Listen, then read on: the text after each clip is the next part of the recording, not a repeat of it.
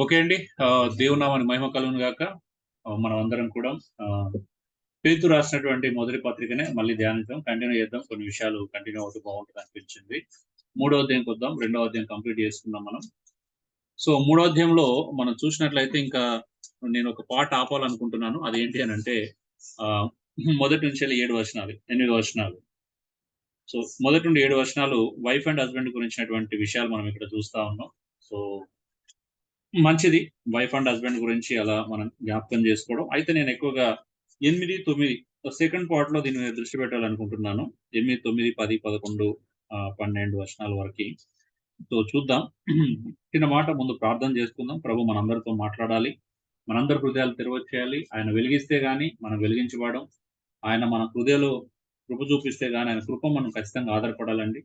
మనందరికి ఉండాలి ఆశ. ప్రభు ఈరోజు నాతో మాట్లాడాలి. ఎందుకంటే కొన్నిసార్లు మేము ఎంత సిద్ధపడొచ్చినా మీకు వినాలని ఆశ లేనప్పుడు, దేవుడు నాతో మాట్లాడాలని ఆశ లేనప్పుడు వర్కౌట్ కాదు. అది మనందరి లోపల ఉండాల. ఇప్పుడు నాకు ఎలాగైతే వీళ్ళతో మాట్లాడాలని ఉంటుందో, మీ లోపల కూడా అది ఉండాలి. ప్రభు ఈరోజు నాతో మాట్లాడు.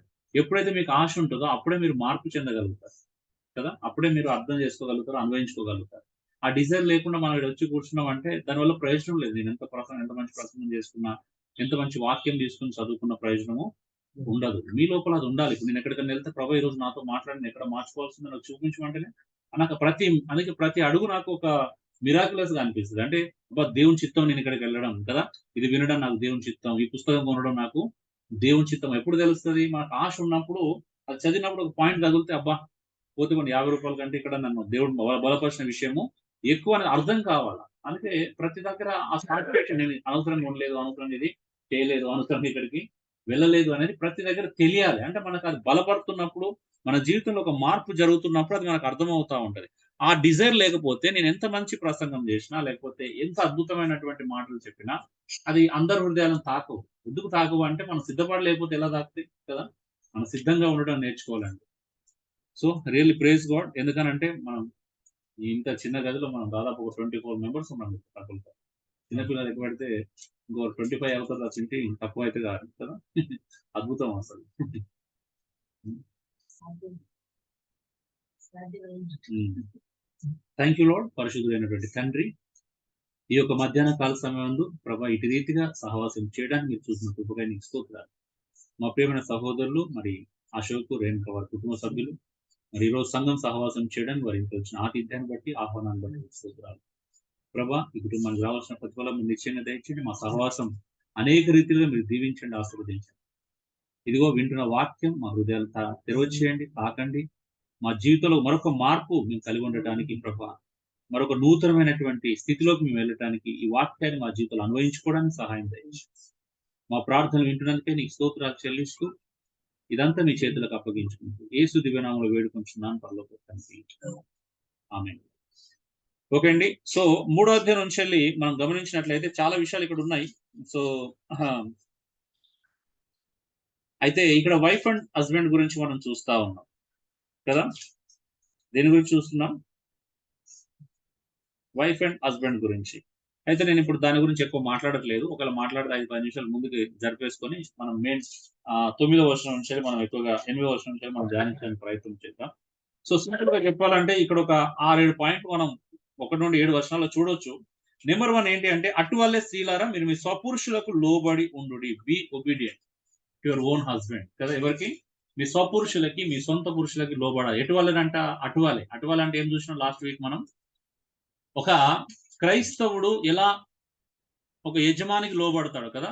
ఒక క్రైస్తవుడు తను పనిచేసే చోట తన యజమానికి ఎలాగైతే లోబడతాడో కదా! ముష్కరులైనటువంటి మంచి వాళ్ళకే కాకుండా ముష్కరులైన చెడ్డ యజమానులకు కూడా లోబడి ఉండమంటు. అటువలేనంట. అటువలే స్త్రీలు కూడా మంచి భర్తలకే కాకుండా చెడ్డ భర్తలకు కూడా లోబడి ఉండాలని వాక్యం అంట.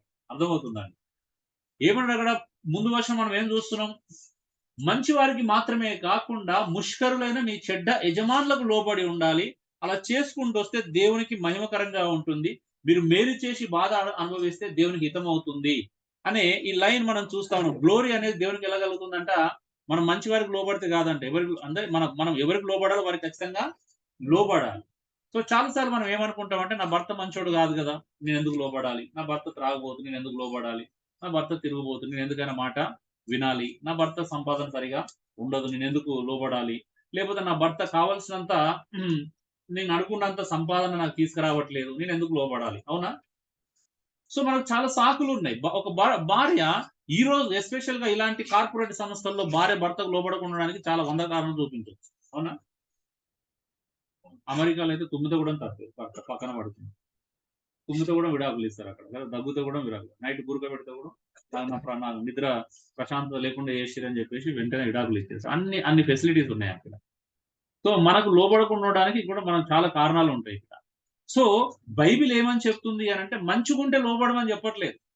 అటువలే స్త్రీలారా మీ పురుషులకి స్వపురుషులకి లోబడి ఉండాలి. B obedient to your own husband. అంటే మీ సొంత పురుషులకి లోబడి ఉండాలి. పురుషుడు ఎలాంటి వాడు ఆలోచించమని ఇక్కడ బైబిల్ సెలవివ్వట్లేదండి. మనం ఏం చేస్తామంటే మంచోళ్ళు అయితేనే లోబడతాం. నిజమా కాదా? వానికి ఎందుకు నేను మాట వినాలి? ఆడేమన్నా నాకు కావాల్సింది తెచ్చిండా? నేను అడిగింది ఇచ్చిండా? లేకపోతే నేను అడిగినప్పుడు నన్నేమన్నా పుట్టింటికి తీసుకెళ్ళాడా? లేకపోతే నేను అడగగానే నాకు చీర కొనిచ్చిండా? బంగారం కొనిచ్చిండా? లేకపోతే నేను అడిగిన వెంటనే ఇంకేమన్నా చేసిండా? అని ఈ రోజు 100 ప్రశ్నలు వేసుకోవచ్చు. దేవుడు ఇవన్నీ అడగడు రేపు వెళ్తే. నువ్వు లోబడ్డావా? లేదు. ఆయన నీ భర్తనా? కాదా? రెండే ఆయన పాయింట్. నీ భర్తనా? కాదా? First point. రెండోది నువ్వు ఎందుకు లోబడాలి? భర్త అయితే ఎందుకు లోబడలేదు? మిగతా అడగడు ఆయన. ఎందుకు అనంటే దేవుని సిస్టమ్ అలాగా ఉంటుంది. దేవుని యొక్క ఆలోచన విధానం అలాగా ఉంటుంది. దేవుడు సాకులు చూడడు ఎక్కడ కూడా. అవునా? ఒక పనివాడు యజమాని దగ్గర సాకులు చెప్తే దేవుడు అంగీకరించాడు. అంతే కదా? ఇప్పుడు మన గవర్నమెంట్ నచ్చలే వాడిని పన్ను కట్టట్లేదంటే రైటేనా? కట్టాల్సింది. ఇప్పుడు నేను నా కరెంట్ బిల్లు చాలా సార్లు ఎక్కువ వచ్చినా కూడా నేను కట్టాను. అంటే నేను వాడనంత కరెంట్ బిల్ ఒక రోజు వచ్చింది. అంటే ఎప్పుడు చలికాలం 3000 వచ్చింది. అప్పుడే ఏడ్చుకుంటూ కట్టాను. తప్పదు. అంతే కదా? ఎస్ అన్యాయం జరిగింది అక్కడ. మోసం జరిగింది. బట్ ఏం చేస్తాం? లోబడాలి మళ్ళీ. సో శేఖర్ ట్రై చేసిండు. కొన్ని మళ్ళీ తర్వాత మంత్‌లో కొంత తగ్గించాడు. ఎంత తగ్గించినా ఇప్పుడు వస్తున్న బిల్లుని బట్టి చూస్తే అది ఎక్కువనే. నెలకు 1500 కడుతున్నాం. అంటే ఎప్పుడు మేము ఇన్ని సంవత్సరాల నుంచి ఎప్పుడు కట్టలే నెలకు 1500. సమ్మర్‌లో తప్పించి 1500 పైన ఎప్పుడు రాలా. కానీ ఇప్పుడు వింటర్‌లో కూడా అంత వస్తుంది అనంటే ఎక్కువనే వస్తుంది. మనకు ఒకటి 300 రావాలి. ఒకటి 500 రావాలి. ఒకటి 150, 200 రావాలా. 700 దాటకూడదు. అంటే డబుల్ కడుతున్నాం అయినా కూడా స్టిల్. కానీ ఏం చేస్తాం? భరించాలా. అంటే ఈ భూమి మీద మనం కొన్నిటికి అంటే ఇష్టం ఉన్నా లేకపోయినా ఏం చేయాలి? భరించాల్సి వస్తది. ఓర్చుకోవాల్సి వస్తది. అయినా కూడా స్టిల్ గవర్నమెంట్ కాబట్టి లోబడాల్సి వస్తది. అంటే లోపల ఉంటది పెయిన్. నేనంటే స్త్రీలకు పెయిన్ ఉండదు. వాళ్ళ ఎమోషన్స్ ఉండవు. వాళ్ళు బాధపడకూడదని లేఖనం చెప్పట్లేదు కదా! మీకు ఎమోషన్స్ ఉంటాయి. మీరు బాధపడతారు. అది తట్టుకోలేరు ఆ సిట్యుయేషన్‌ని. మీకు చాలా బాధ ఉంటది. పెయిన్ ఉంటది. అయినా కూడా మళ్ళీ ఏం చేయాలా? భర్త అని ఒక కారణం చేత లోబడాలి. ఇది లేకనే కదా చాలా మంది కుటుంబాలు ప్రాబ్లమ్స్ వస్తున్నాయి. అంటే అందుకని బి ఒబీడియంట్. ఎలా ఒబీడియన్స్ చూపించాలో కూడా చెప్తున్నారు. రెండో వచనం ఎలా అంట? బిహేవియర్. రెండోది బిహేవియర్ గురించి మాట్లాడుతున్నారు. ఏంటిదంట? అందువల్ల వారిలో ఎవరైనాను వాక్యమునకు అవిధేయులైతే వారు భయంతో కూడిన మీ పవిత్ర ప్రవర్తన చూసి వాక్యము లేకుండానే తమ భార్యల నడవడి వల్ల రాబట్టబడవచ్చును. ఒకవేళ భర్త వాక్యానికి అవిధేయుడైతే, ఒకవేళ భర్త సువార్తకు లొంగని వాడైతే, భర్త అవిశ్వాసి అయింది అనుకో, ఇప్పుడు ఏం చేయాలి భార్య? నోరు తెరవకుండా నోటితో సువార్త ప్రకటించకుండానే ప్రవర్తన ద్వారా సువార్తను ప్రకటించాలంట. ఆమెన్.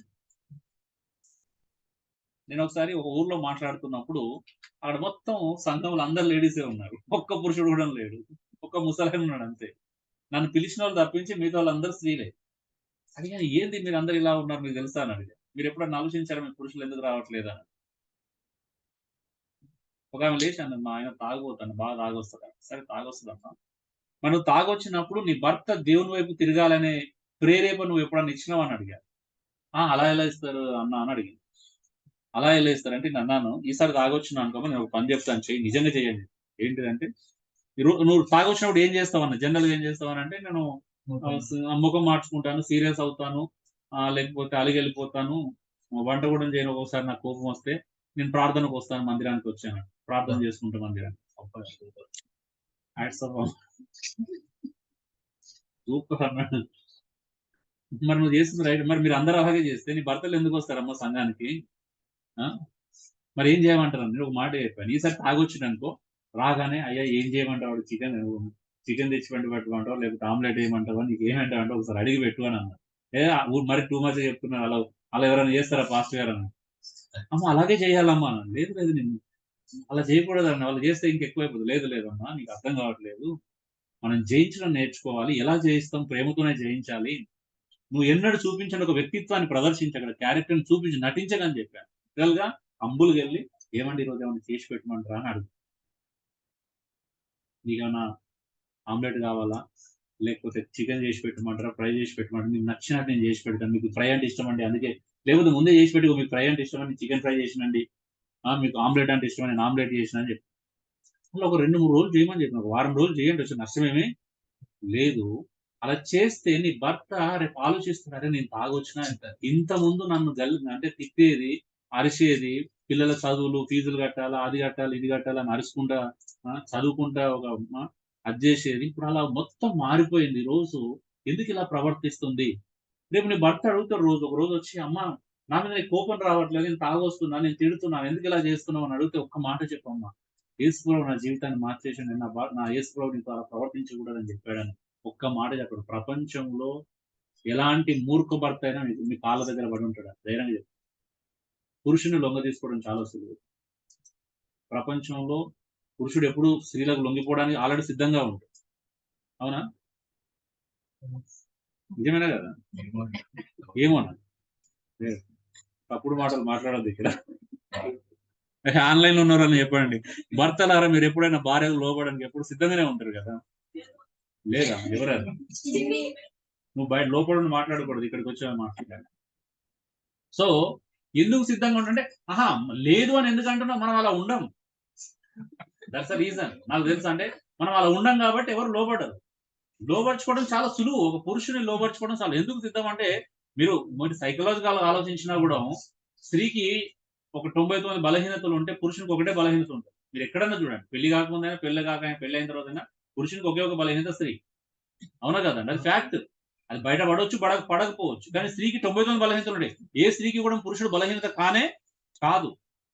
వాళ్ళకి బట్టలు బలహీనత అయ్యుండొచ్చు, బంగారం బలహీనత అయ్యుండొచ్చు, పిల్లలు బలహీనత అయ్యుండొచ్చు, అన్న సెంటిమెంట్ బలహీనత అయ్యుండొచ్చు, అక్క చెల్లెలు బలహీనత ఉండొచ్చు, అమ్మ నాన్న బలహీనత అయి ఉంటారు, బంధువులు బలహీనత అయి ఉంటారు, ఆస్తిపాస్తులు బలహీనత అయి ఉండొచ్చు, మంచి ఇల్లు ఉండాలని బలహీనత ఉండొచ్చు. స్త్రీకి ఒక 99 బలహీనతలుంటాయి అలా.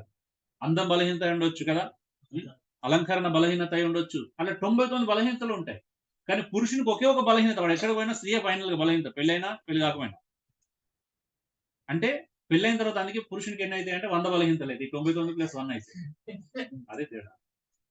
99+1 అయితాయి గదా! ఈ 99 కలుస్తది ఇక్కడ. కలిసిపోతాయి. అది అది అది ఒక్కటే ప్రాబ్లమే. తిరిగి 100 వీనికొస్తాయి. సెంచరీ కొడతాడు ఇక్కడ. పెళ్లి కాగానే సెంచరీ కొట్టేస్తాడు. బ్యాట్ లేపాల్సిందే ఇట్లా. తల దించుకొనైనా బ్యాట్. సో, అంటే మనకు దేవుడు ఒక విధానం ఇచ్చాడు. ఏం విధానం ఇచ్చాడు? ఒక భార్య భర్తను ఎలాగైనా గెలవచ్చు. ప్రపంచంలో ప్రేమకు లొంగనోడు ఎవడుంటాడు చెప్పండి? సాత్వికత్వానికి లొంగనోళ్ళు ఎవరుంటారు? అందుకే గదా!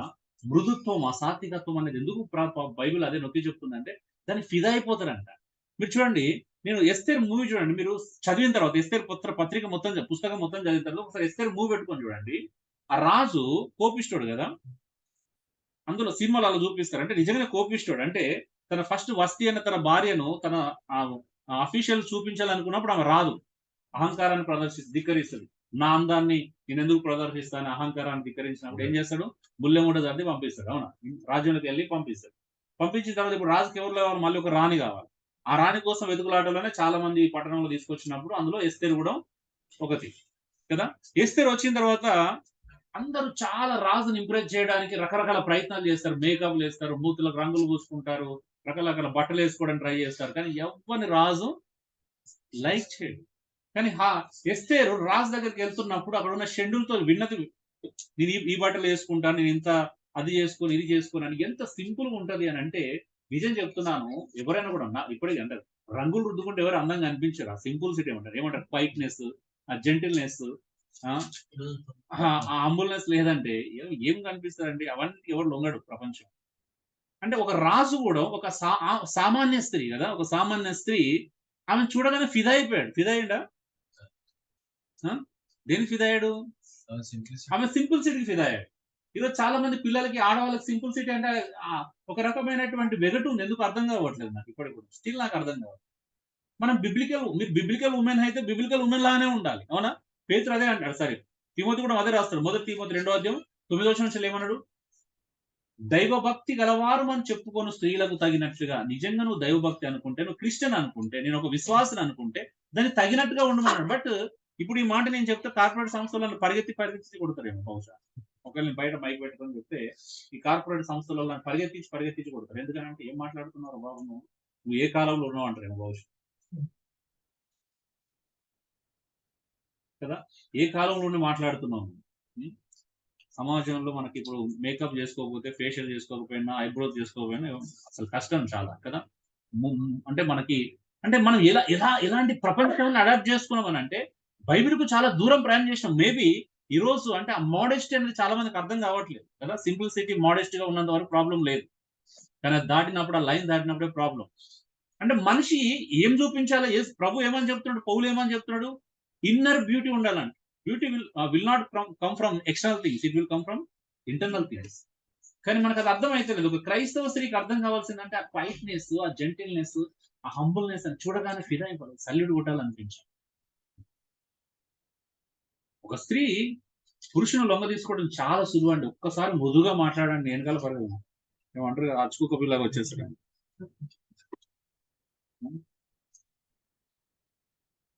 కానీ చాలా మంది సాధించాలని చూస్తారు కదా, గెలవాలని చూస్తారు. గెలవద్దు. గెలవడానికి ప్రయత్నం చేసిన ప్రతిసారి ఓడిపోతారు. ఒకటే ఒకటి గుర్తుపెట్టుకోండి, ప్రపంచంలో మీరు గెలవడానికి ప్రయత్నం చేసిన ఎక్కడైనా కానీ ఓడిపోతాం.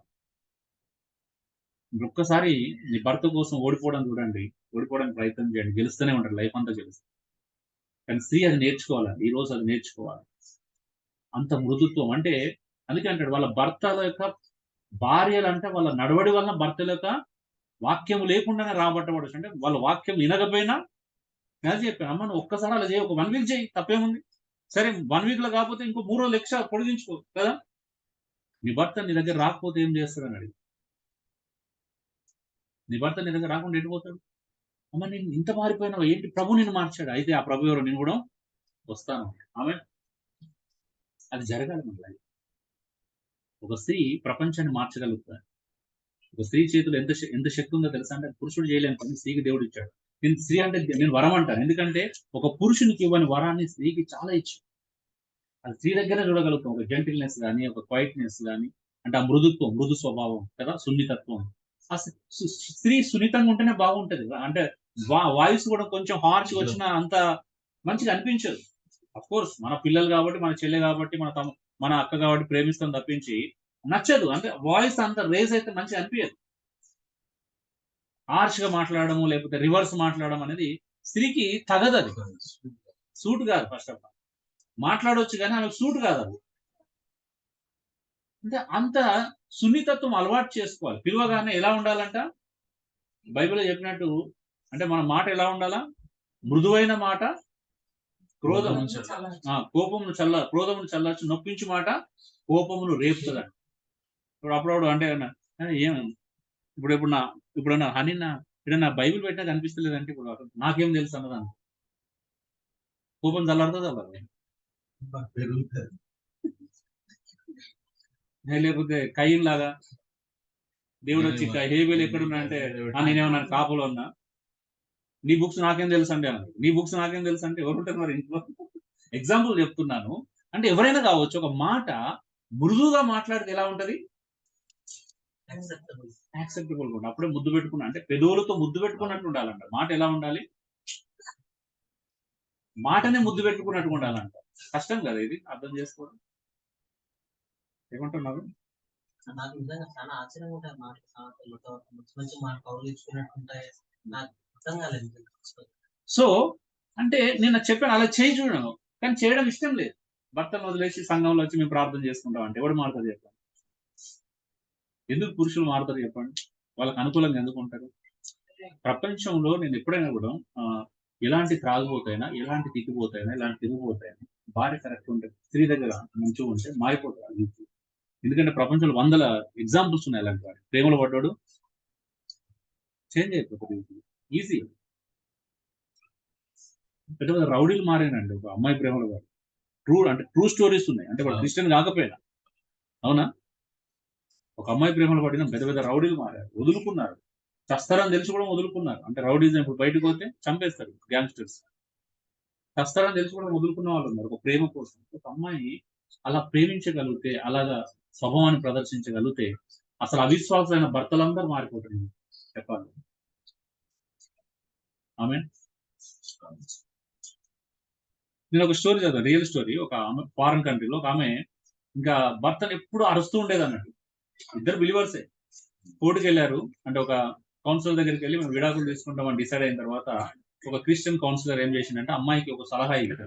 అమ్మ నా మాట ఒకసారి విను, నువ్వు ఒకసారి ట్రై చేయి, మీరు ట్రై చేసినా కూడా సక్సెస్ కాకపోతే నేను దగ్గర నుండి విడాకులు ఇప్పిస్తాను. ఏం చేయమంటారు అంటే నువ్వేం చేస్తావు రోజు అనగా ఆయన ఇంకా అడుగు పెట్టగానే చదవడం ప్రారంభిస్తాను. ఆ షూ అక్కడికి పో, ఇది ఇక్కడికి పో, అది ఇంతేనా, ఇది ఇంతేనా, ఆ బ్యాగ్ అక్కడేస్తావు, ఆ సాక్స్ అడి సిరేస్తావు, ఇదేనా, ఇంకా పైకి ఎక్కినప్పుడు ఆ జాగ్రత్త అంటే ఇలా అంటే వాళ్ళు మెట్ల దగ్గర ఏం పెట్టుకుంటారు, ఇలా ఫ్రేమ్స్ పెట్టుకుంటారు కదా ఫోటోస్. నువ్వు వాడు గోడ దాక్కుంటూ వస్తావు, అది కింద పడి పగిలిపోతే ఎవరు కొనిస్తారు నేను దానికి ఇన్ని డాలర్లు ఖర్చు పెట్టిన, అన్ని డాలర్లు ఇట్లా చదువుతూనే ఉంటదంట ఆమె ఎప్పటికీ. ఇలా కౌన్సిలర్ ఏం చేసిందంటే అమ్మ ఈసారి నువ్వేం చేయంటే ఇలా చేయమని చెప్పినాడు. భర్త ఇంటికి రాగానే ఏం చేసిందంటే ఫస్ట్ ఆ షూ ఇప్పి అటు మూలకు వారేస్తే దాన్ని తీసుకెళ్లి సర్ది మళ్ళీ ఎక్కడ పెట్టింది, షూ స్టాండ్ లో పెట్టిందంట. సాక్సులు తీసుకెళ్లి అంటే మనం వాష్ చేసుకునే దగ్గర పెట్టేసుకుందంట. డ్రెస్ బ్యాగ్ తీసుకెళ్లి అక్కడ సర్దుతుందంట. ఈయన ఆశ్చర్యంగా చూస్తున్నాడంట ఏం జరుగుతుంది. ఈయన వెళ్తూ వెళ్తూ కావలసుకొని ప్రేమ తగిలించుకుంటూ వెళ్ళినాడు. కింద పడితే గ్లాసులన్నీ ముక్కలేవి అన్ని తీసి డస్ట్బిన్ లో వారేసి మళ్ళీ ఆ ప్రేమ పక్కన పెట్టిందంట. ఈయనకి ఇంకా అవ్వట్లేదు, ఈయనకి ఏం అవ్వట్లేదు, ఏం జరుగుతుంది ఇప్పుడు, ఎక్స్పెక్టేషన్ చేసిన దానికి వ్యతిరేకంగా జరుగుతుంది. అవునా, జరుగుతుంది. రెండో రోజు అలాగే జరిగింది, మూడో రోజు అలాగే జరిగింది. తట్టుకోలేకపోతున్నాడు, ఏమైంది అనేది తట్టుకోలేకపోతున్నాడు. ఇక ఉండబడలేక ఏంటి కోపం వస్తలేదు నేను ఇవన్నీ చేస్తుంటే. రెండో రోజు కొంచెం మామూలు చేసేదానికంటే ఎక్కువ చేసిండంట. అయినా కూడా ఆమె అలాగే ప్రవర్తించిందంట. మూడో రోజు ఇంకొంచెం ఎక్కువ చేసిండంట. కోపం వస్తుందా రాదని. మూడో రోజు కూడా అలాగే ప్రవర్తించిందంట. ఇక నాలుగో రోజు తట్టుకోలేక ఉండబట్టలేక వెళ్ళిపోయి అడిగినంట ఏంటి మార్పు. నేను ప్రభువుకు నా హృదయాన్ని అప్పగించుకున్నాను. ఒక పాస్టర్ గారు నేను పుట్టుక క్రైస్తవురాలు కానీ నేను ప్రభువుకు ఎప్పుడు నా హృదయాన్ని ఇవ్వలేదు. ఒక పాస్టర్ నా కౌన్సిలింగ్ చేసి ప్రభు హృదయం ఇచ్చి ఇలా చేయమని చెప్తున్నారు. అవునా, ఈసారి సండే నన్ను కూడా చర్చకి తీసుకెళ్ళవాలి. ఎలా ఉంటే పెట్టద్దు. మన లైఫ్ లో చేంజ్ ఉండాలి. మన లైఫ్ లో మార్పు అనేది చూపించకూడదు. ప్రపంచంలో ఎవడైనా మారుతారు. మన ప్రవర్తనలో మార్పు లేకుండా ఒక వ్యక్తిని మనం మార్చలేదు. ఆ పోరాటం అదే అండి. ఇప్పుడు కూడా ఒక వ్యక్తిని అంటే బోధ ద్వారా కాదు, బ్రతుకు బోధ రెండు బ్యాలెన్స్ చేసుకోవడానికి మేము ఎంతో పోరాటం చేస్తున్నాం. ఒక స్త్రీ కూడా కుటుంబంలో ఆ మృదుత్వం, ఆ సాధు స్వభావం పిలవగానే చెప్పండి అని మృదుగా పలకగడం నేర్చుకోవాలి, తెలియాలి. అది లేకపోతే అర్థం ఉండదు. అందుకే ప్రవర్తన అనేది వెరీ వెరీ ఇంపార్టెంట్. స్త్రీ అలా ఎదగాలి. తోటి స్త్రీలు ఒకరు ఎంకరేజ్ చేసుకోవాలి, ప్రోత్సహించుకోవాలి. క్యారెక్టర్ని డెవలప్ చేసుకోవడానికి సహాయం చేయాలి. మీరు ప్రార్థన చేసుకుంటున్నారు, అందులో ఇలాంటి విషయాలు మాట్లాడుకొని మనం ఇలా ఉండాలి అండి, అలా ఉండాలి. ఒకవేళ మనం కంప్లైంట్ చేసిరనుకో, ఇవి నా భార్య చెప్పకపోయినా పర్లేదు, ఒకవేళ కొన్నిసార్లు అన్నట్టే మనం ఇలా ఉండాలి, వాళ్ళ ప్రవర్తించడం, మనం ఇలాగా సున్నితంగా బిహేవ్ చేయాలి, ఇలా మృదువుగా మాట్లాడాలి. దాని అర్థం ఏంటంటే మనకు డైలాగులు రావు, మనం పంచ డైలాగులు కొట్టమని కాదు. పంచ డైలాగ్ వచ్చిన ఏం చేయాలా, ఆపుకోవాలి.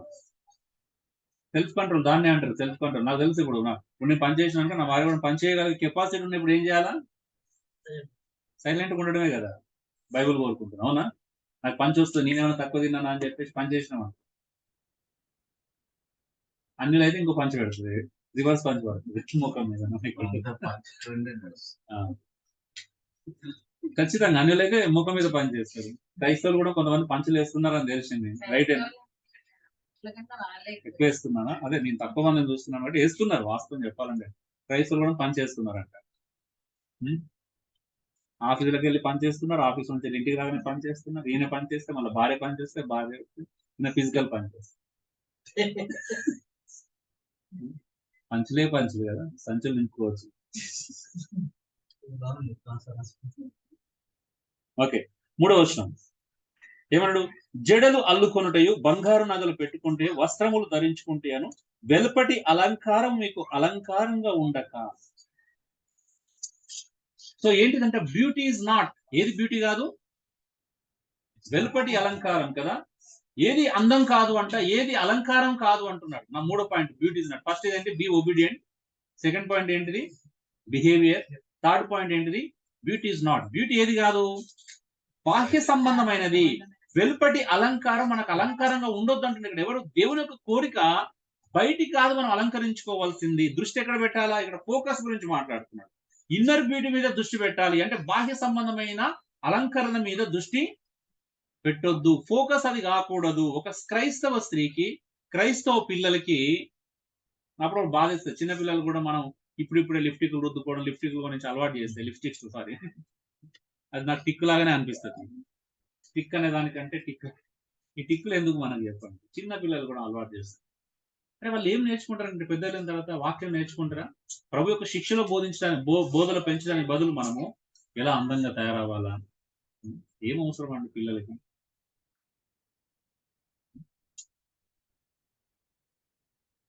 బెదిరిస్తాం పోనీ సరే మనం కొనియలేదు, వేరే వాళ్ళు పెట్టుకుంటే ఎప్పుడైనా బెదిరించాం, నీకు ఎందుకు అదంతా అని చెప్పి బెదిరిస్తాం పిల్లలు, అది కూడా చెయ్యాలి.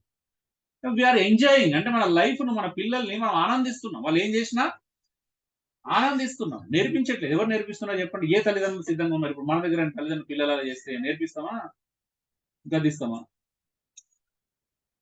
ఆనందిస్తున్నాం. వాళ్ళు ఏం చేసినా ఆనందిస్తున్నాం. అవునా కదా? ఏమనంటే తెలియదు అంటాం. బైబిల్ తెలియదని చెప్పిందంటే పిల్లలకి. బైబిల్ ఏముంది? పిల్లల్లో మూఢత్వం అనేది స్వాభావికంగా పుడుతుందంట కదా. వాళ్ళ హృదయంలో మూఢత్వం ఉంటుంది. దానికి అందుకే కదా నేర్పించమని చెప్పింది. బాలుడు నడవలసిన త్రోవను వారికి నేర్పింది. నాకు విశ్వాసంలో సంఘంలో ఉన్న వాళ్ళు నేర్పిస్తారు అన్న పిల్లలకు తెలియదని చెప్పి. మరి బైబిల్ నుంచి నేర్చుకోవాలా, మరి మీ మాట నమ్మాలా? నేను ఇప్పుడు మనకు తెలియదు, వాళ్ళ పిల్లలకు తెలియదు కాబట్టి వాడు 10 సంవత్సరాలనే తెలియదు అంటారు. 15 సంవత్సరాలు వచ్చినా తెలియదు అంట. మరి ఎప్పుడు తెలుస్తుంది? ఓకే, వీళ్ళు తెలుసుకోలేదు, ఇప్పుడు 40 సంవత్సరాలైనా వీళ్ళకి అర్థం కాలేదు కాబట్టి వాళ్ళకి తెలియదు అనుకో. అవునా? ఇలా 37 ఏళ్ళు వచ్చినా కూడా వీళ్ళకి తెలియలే ఇంకా. అందుకే పిల్లలకి ఇంకా ఎప్పటికీ తెలియదు. అది ప్రాబ్లం. అంటే వీఆర్ నాట్ ప్రాక్టికల్ క్రిస్టియన్స్ కదా.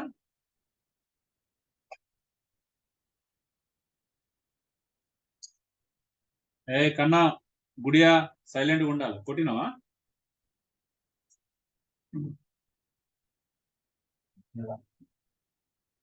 కొట్టిందా? నాకు అదే అనిపిస్తుంది. ఏదైతే వద్దనుకున్నావు అదే జరుగుతుంది మళ్ళీ. సో ఎక్స్టర్నల్ బ్యూటీ అనేది ఉండకూడదు. తర్వాత ఏంటి? What beauty is it? Beauty అంటే ఏంటిదంట? తర్వాత వస్తుంది చూద్దాం.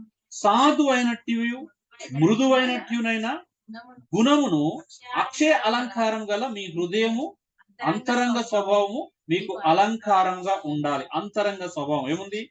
పుట్టినోట్లో చూస్తే అంతరంగ పురుషుడు. ఎవరు అందంగా ఉండాలంట? లోపల అందంగా ఉండాలి. బయటికి అందం ప్రయోజనము లేదు. మనిషిని చూస్తే ఎక్కడ అందంగా ఉండాలి? లోపల అందంగా కనిపించాలి. బయటికి నువ్వు ఎంత అందంగా ఉన్నా ప్రయోజనం లేదు. అందుకే సామెతలో భయంకరమైన మాట ఉంది, అందం వ్యర్థము, సౌందర్యము మోస్తుంది. వివేకము లేని సుందర స్త్రీ అంట పంది ముక్కున ఉన్న బంగారు కమ్మి అంటారు. భయంకరమైన మాటలు ఉంటాయి కదా బైబిల్లో. కొడతారేమో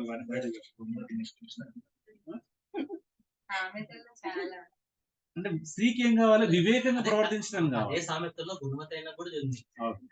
సో వివేకం లేని సుందర స్త్రీ పంది ముక్కున ఉన్న బంగారు కమ్మి. పంది ముక్కున బంగారు కమ్మి పెడితే ఎలా ఉంటుంది?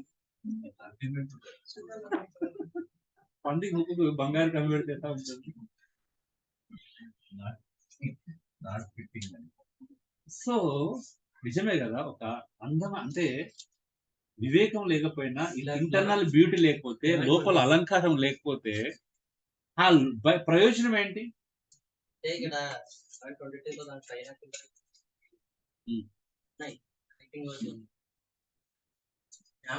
అవును, వివేకం అంటే జ్ఞానం అంటే జాగ్రత్త. జ్ఞానం అంటే ఏంటిది? ఇష్టానుసారంగా తెలివిగా ప్రవర్తించాలి. అందుకే ఒక ఆయన ఏమన్నాడు తెలుసా? అంటే స్త్రీలు అంటే ఎలా ఉండాలంటే నిజంగా అద్భుతమైన విషయం. అదేంటి అని అంటే, ఒకవేళ నీకు నీ భర్త కంటే ఎక్కువ తెలివి ఉన్నా, ఎక్కువ జ్ఞానం ఉన్నా, ఎక్కువ సలహాలు ఇచ్చేటువంటి వివేచన హృదయం కలిగి ఉన్నా, నలుగురులో ఎప్పుడు సలహాలు ఇవ్వద్దంట. ఒక నలుగురు పురుషులు మాట్లాడుకున్నప్పుడు ఏం చేయాలని తలబడుతున్నా కూడా సైడ్కి పిలుచుకొని ఏమండవు కొంచెం ఒకసారి లోపలికి వస్తారా అని చెప్పేసి చెవులో చెప్పాలంట. నాకు ఇలా అనిపిస్తుందండి, ఒకసారి ఆలోచన చూడండి అని. అప్పుడు ఈయన వెళ్ళి ఈ నలుగురి మధ్యలో ఆలోచన చెప్తాడంట. ఏమని? ఇవాళ చేస్తే బాగుంటది అని. అబ్బాయి సూపర్ ఐడియా ఉంది, భలే వచ్చింది. ఏంటంటే ఈ ఐడియా నాది కాదు, నా భార్యదని ఆ పురుషుడు అక్కడ ప్రకటిస్తే ఉంటది కాదు. అది ఘనత. అంతే కదా. అంటే ఘనత స్త్రీకి అలాగే రావాలి. బైబిల్ ప్రకారం ఘనత అలాగే రావాలి. మీరు చూడండి, అందుకే గుణవతి అయిన భార్య గురించి మాట్లాడినప్పుడు పెందలగడ లేస్తాడు. గుణవతి అయిన భార్య ఎప్పుడు లేస్తుంది? పెందలగడ లేచి భర్తకు పిల్లలకు కావాల్సిన అన్ని సమకూర్చుతుందండి. సమకూర్చడం పెద్దలుగా. గుణవతి అంటే ఎలా తెలుస్తుంది? నేను 9 గంటలు లేస్తా, 10 గంటలు లేస్తా అనే వాళ్ళని గుణవతి అనరు. అంటే తల్లిదండ్రులైనా, పెళ్లి కాకముందు తల్లిదండ్రుల దగ్గర, పెళ్ళైన తర్వాత భర్త దగ్గర పెందలకడన లేచి వాళ్ళకి కావాల్సినటువంటి ఆహారాన్ని అందించడం, సమకూర్చడమే గుణవతి అయిన భార్య యొక్క మొదటి లక్షణం. కిరీటం. అప్పుడు ఈ భర్త ఆనందిస్తారంట అలాంటి భార్య ఉంటే. ఆమె పని వాళ్ళకు కూడా సకాలంలో సమకూరుస్తారంట అన్ని కూడా. అవునా కదా? అది ఒక ఆ కీర్తన మొత్తం అంటే సామెతలు మొత్తం అదే ఉంటుంది. ఈవెన్ మీరు 1 తిమోతి 2:9-10 వచనాలు కూడా అదే చూస్తారు. సాధువైనటివి, మృదు స్వభావం అంట. అంటే అక్షయ అలంకారం అంటే దీన్ని ఏమంటున్నారు? అక్షయ అలంకారం అంటే నాశనం లేని అలంకారం అంట. అక్షయ అలంకారం అంటే ఏంటిది? నాశనం లేనిది. మనం ఎంత మేకప్ పూసుకున్నా మళ్ళా మొహం కడుక్కుంటూ పోతుంది. అవునా? ఇది క్షయమైన అలంకారం. ఈ మధ్యలో ఇలాంటి కామెంట్లు బాగా వస్తున్నాయి అంట.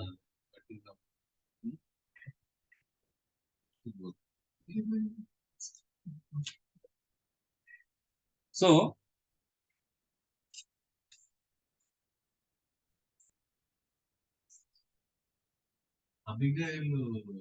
తీసుకోవచ్చు.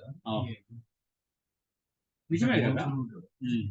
సో దయచేసి స్త్రీలారా మీ పిల్లలకు నేర్పించండి. మీరు నేర్చుకొని మీ పిల్లలు, ఎదుగుతున్న పిల్లలకి అందం అంటే ఏంటో నేర్పించండి. అందం అంటే ఎక్స్టర్నల్ కాదు. బ్యూటీ అనేది ఓన్లీ ఇంటర్నల్ అనే విషయాన్ని నేర్పించండి. అందం అనేది ఎక్స్టర్నల్ నేర్పిస్తే వాళ్ళ దగ్గర వెళ్తే నెలకు 5,000 జస్ట్ బ్యూటీషియన్ కోసమే ఖర్చు పెడుతుంది. అది 5 రేపు 10 అవుతుంది ఈజీ. ఉండాలి. ఎంత ఉండాలో మొహం మంచిగా ఫ్రెష్గా మొహం కడుక్కుంటే చాలు కదా. ఫ్రెష్గా మొహం కడుక్కుంటే చాలు, అందులోనే అద్భుతమైన అందం కనిపిస్తుంది. ఎవరైనా కానీ గుణాన్ని బట్టే మెచ్చుకుంటారండి. ఒకవేళ పెళ్లి కాకముందు అందానికి లోబడిన పెళ్ళైన తర్వాత ఖచ్చితంగా గుణమే కోరుకుంటాడు. అవునా? ప్రపంచంలో ఏ పురుషుడైనా పెళ్లికి ముందు అందానికి పడిపోయినా పెళ్ళైన తర్వాత 100% గుణమే కోరుకుంటాడు.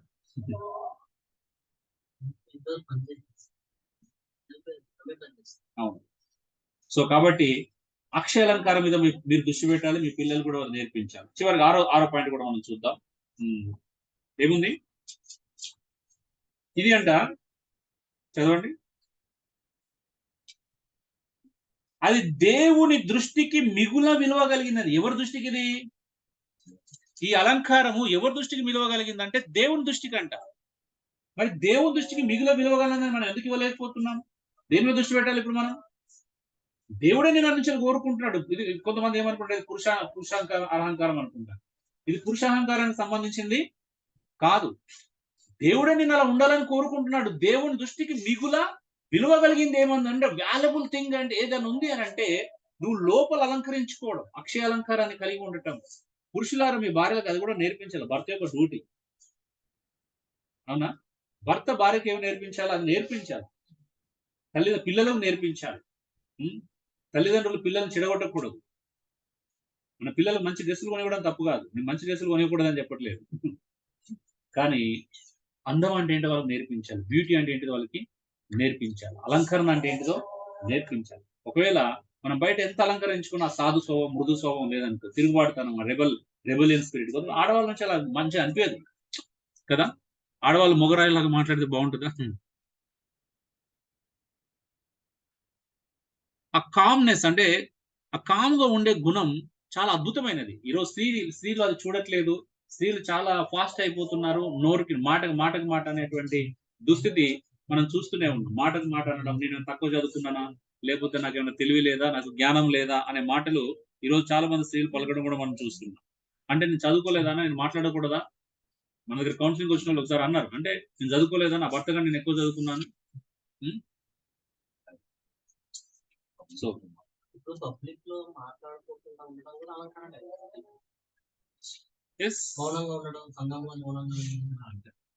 సంఘంలో మౌనంగా ఉండడం అనేది ఎంత అంటే, అందుకే మౌనంగా ఉండడం అంటే ఒక ప్రార్థన చేసినా, ఒక పాట పాడినా అంటే ఆ హంబుల్నెస్ అనేది కనిపించాలి.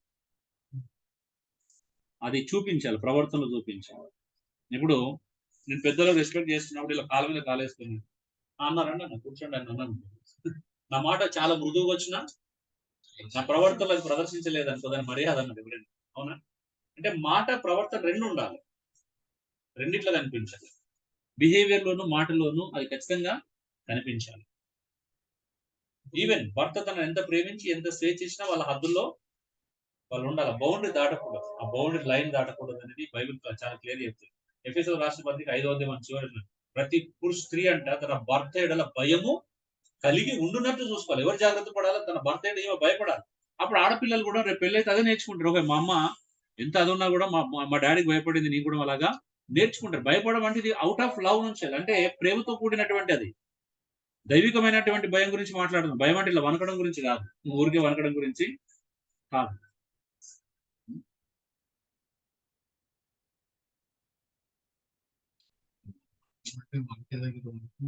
మళ్ళీ చేసేది చేస్తారు, ఆ వనకడం వేరు, అది చాలా డేంజర్. ఆ వనకుడు చాలా డేంజర్, అది క్యారెక్టర్ సంబంధించిన వనకుడు కాదు.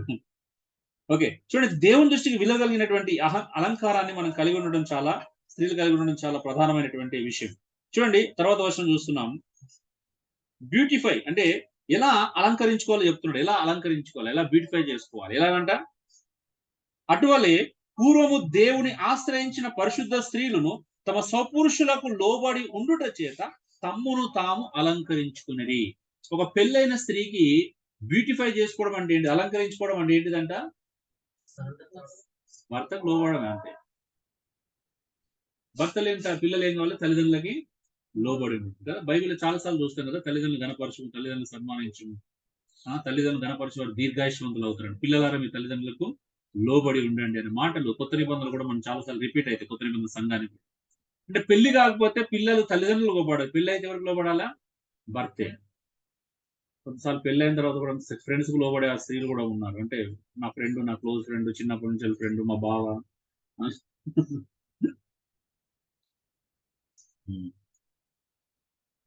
మీకు అది గుర్తుందో లేదో, నేను అంటే అంటే కొన్ని కొన్ని మంచి స్టోరీస్ ఉంటాయి బయట సమాజంలో. అంటే నవీన్ నేను మాట్లాడితే అందరికి వినపడదు. పెళ్ళైన స్త్రీలు తన భర్తకు పెళ్లి కాని వాళ్ళు వాళ్ళ తల్లిదండ్రులు పెళ్లి కానంత వరకు స్త్రీలను మనం చిన్నపిల్లలాగానే కన్సిడర్ చేయాలి. అవును, మరి కుటుంబంలో ఒక యజమాని ఉన్నప్పుడు ఖచ్చితంగా సంరక్షకుడు కదా, ఒక సంరక్షకుడు చేతిలో తండ్రి పెళ్లి చేసేవారు తన స్క్రిప్చర్ లో ఉంటుంది. అవును, 7th చాప్టర్ ఏమంటాడు? తండ్రి విల్ ఉన్నదంటే కూతురు కంట్రోల్ చేయకపోవచ్చు. పెళ్లి విషయంలో కూడా చేయకపోవచ్చు. అంటే దాని అర్థం ఏంటి? తండ్రికి ఆ విల్ పవర్ ఉంటుంది, తండ్రికి అధికారం ఉంటుంది. సో కూతుర్లు పిల్లలు ఖచ్చితంగా తల్లిదండ్రులకి లోబడి ఉండాలి. పెళ్ళైతే హస్బెండ్ కి లోబడి ఉండాలి.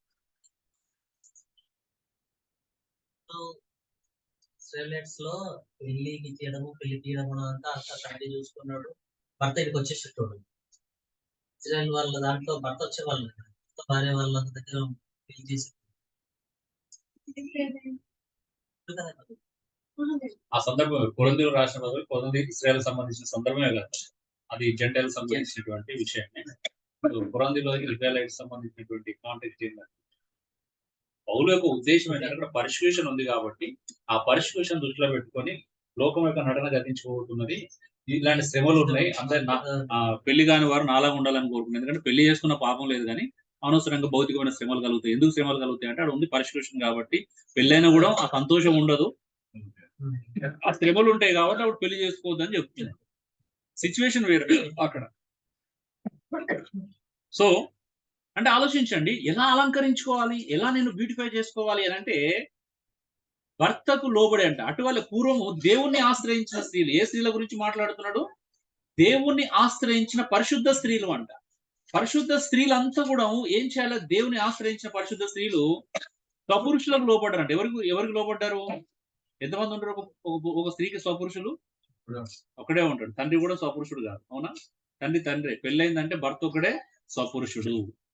అంటే భర్తనే చాలా ప్రాధాన్యత కలిగినటువంటి వ్యక్తి స్త్రీకి. కాబట్టి తమ సొంత పురుషులకి, ఓన్ హస్బెండ్స్ కి లోబడి ఉండాలనే విషయాన్ని మనం చూస్తున్నాం.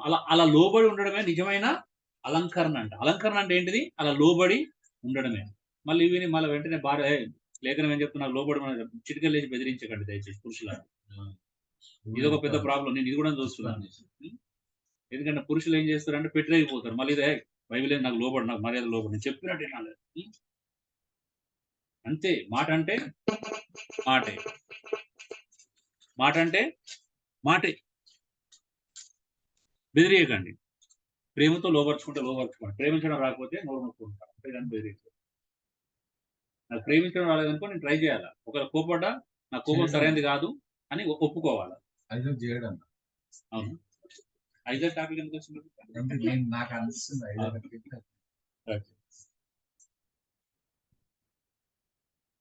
సో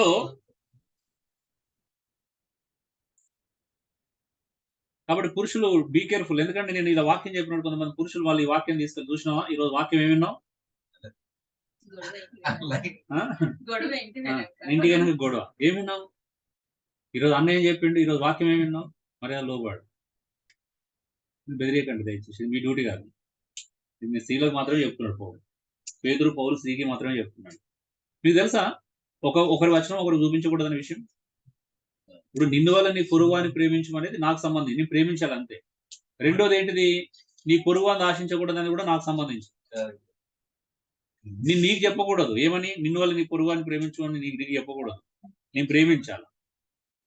అవునా? నీ దగ్గర ఏమైనా ఉందనుకో, ఇప్పుడు నీకు చెప్పకూడదు. నేను ఏమని చెప్పకూడదు? నీ దగ్గర ఎక్కువ ఉందనుకో, నన్ను ప్రేమించు, నిన్ను వల్ల నీ పొరుగువాన్ని ప్రేమించమని లేఖనం చెప్తుంది, నాతో నాకు పంచుకో అని చెప్తే మళ్ళీ ఆశించడమే. అర్థమవుతుంది అంటే చూడండి, ఈ రెండు లేఖనాలు ఒకదానికి కూడా ఎలా ఉంటాయి? చాలా అద్భుతంగా ఉంటాయి.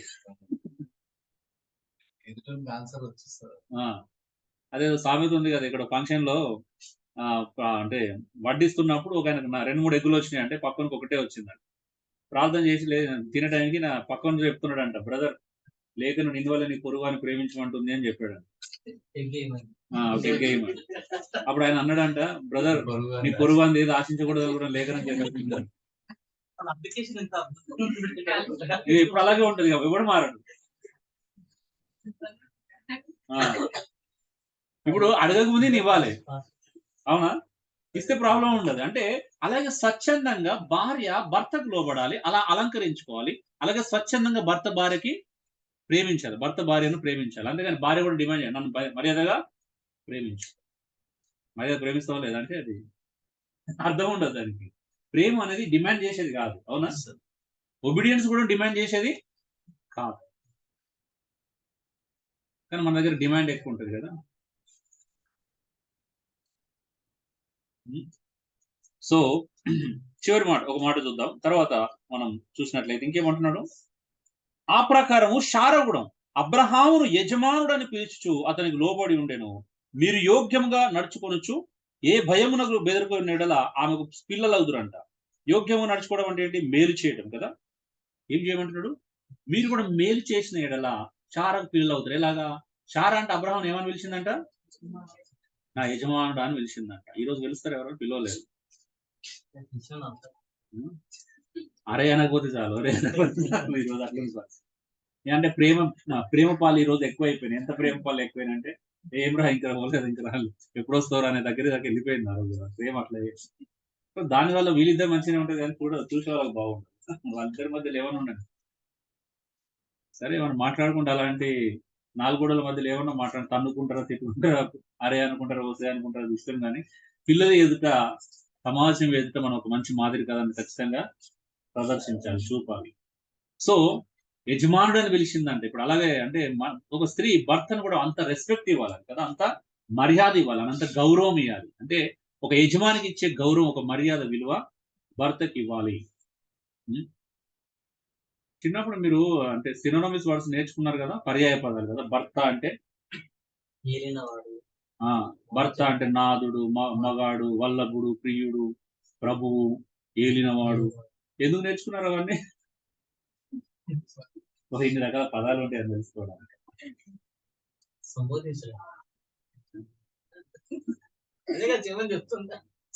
సో అంటే భార్య అన్నప్పుడు కూడా అన్ని పర్యాపదాలు ఎందుకు నేర్చుకున్నారు వాళ్ళు? అలాగా భార్యకి చెప్పాలా? భార్యకి సతి, ఇంకేమంటారు? ఇంతి, పడతి. స్త్రీ అంటే పడతి అంటాం. ఓకే, ఇంకా భార్య, సఖి. సో అంటే ఆ స్థాయిలో వాళ్ళని ప్రేమించాలని అర్థం అక్కడ గోచరిస్తాం. భర్తగా పదాలు ఎందుకు ఉన్నాయంటే భార్య అలాగా భర్తకు లోబడి ఉండాలి, ఆ యజమానత్వం అనేది ఉండాలనే విషయాలు చెప్తున్నాయి. ఇలా 6 పాయింట్లు మనం చూసాం కదా. ఒకటి, B obedient to your own husbands. రెండోది బిహేవియర్, ఎలా ఒబీడియంట్ చూపించాలంట, ప్రవర్తన ద్వారా. మూడోది బ్యూటీ ఈజ్ నాట్, ఏది కాదో చూసాం. బ్యూటీ అంటే అక్షయ అలంకారం కాదు అని చూసాం. మరి బ్యూటీ ఈజ్ ఏంటిదో చూసాం. 4 పాయింట్ ఏంటిది, బ్యూటీ అంటే ఏంటిదో మనం చూసాం. 5వ పాయింట్ ఏంటిది, బ్యూటిఫై, ఎలా అలంకరించుకోవాలో చూసాము. అలాగే ఇంకేం చూసాము, బి డాటర్స్ ఆఫ్ సారా, ఎలా ఉండాలంటే షారాకి 6వ పాయింట్ చూసాం. షారాకి కుమార్తెలుగా ఉండాలి, కుమార్తెలుగా ఉండాలి, బిడ్డలుగా ఉండాలి. ఎప్పుడు ఎలా ఉంటారు, షారా ఉన్నట్టు జీవిస్తే ఆమె బిడ్డలు అవుతారంట. అవును కదా, ఆమె పిల్లలు అవుతారు, ఆమె పిల్లల్లాగా ఉండాలి. లేకపోతే బి డిసెండెంట్స్ ఆఫ్ షారా, షారాకు వారసులుగా ఉండాలి. అంటే ఒక స్త్రీ షారాను వెంబడించమని పేతురు చెప్పగానే చెబుతున్నాడు. చివరిగా 7వ వచనం మనం చూసినట్లయితే, గమనించినట్లయితే, అటువలే పురుషులారా, మంచిగా వినండి, అటువలే పురుషులారా జీవమును కృపావరములో మీ భార్యలు మీతో పాలివారై ఉన్నారని ఎరిగి ఎక్కువ బలహీనమైన ఘటమని భార్యను సన్మానించి మీ ప్రార్థనలకు అభ్యంతరము కలగకున్నట్లు జ్ఞానం చొప్పున వారితో కాపురం చేయుడి. పురుషులకు ఏం లేదంటే ఇది లేదు, నిజంగా చెప్తున్నాను. పురుషులకు ఏం తక్కువ ఉందంటే జ్ఞానం చొప్పున బిహేవ్ చేయడం రాదు. వాళ్ళు ఏమనంటే వీళ్ళు ఎమోషనల్ అయిపోయి కింద మీద చేసుకుంటారు, అంటే రచ్చ చేస్తారు. రచ్చ చేసుకోవడంలో చాలా దిట్టలు. అవునా, అవునా కదా?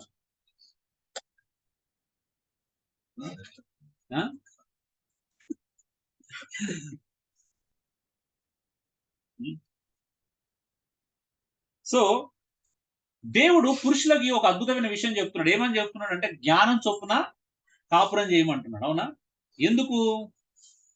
మీరు నీ భార్యలు మీతో పాటు వారసులు అంటే బిహేవ్స్ అని అంటే వారసులుగా ఉండండి. ఎవరు వారసులుగా ఉండాలి? ఫస్ట్ మీరు పరలోక రాజ్య వారసులుగా ఉంటే మీ భార్యలు కూడా పరలోక రాజ్య వారసులు అనే విషయం మీకు చాలా క్లియర్ గా అర్థం అవుతుంది. అంటే వాళ్ళు ఎక్కడంట, నీ భార్య కేవలం ఈ భూమి మీద మట్టుకు, ఈ లోకం మట్టుకే కాదంట.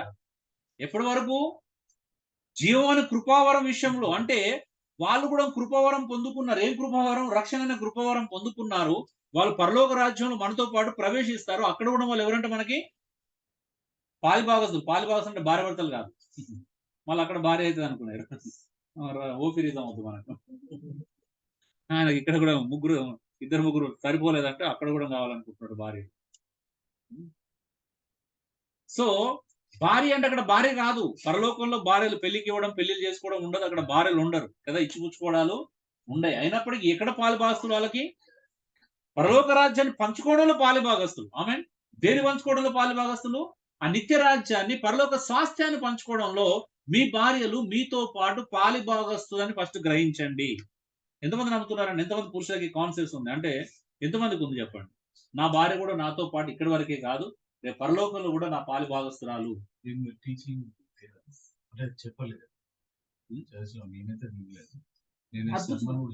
అద్భుతమైన విషయం కదా. ఆమె నీతో పాటు పరలోకంలో దేవుడు నీకు ఇచ్చే స్వాస్థ్యాన్ని పంచుకోవడంలో ఆమె నీతో పాటు వస్తుందండి.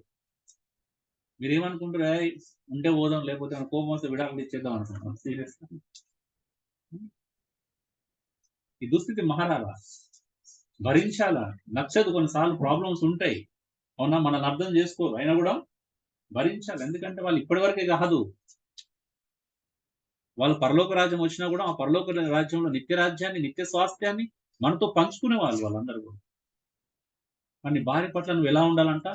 మంచిగా వినండి. వాళ్ళు బలహీనమైన ఘటం అంట. భార్యలు ఎవరు?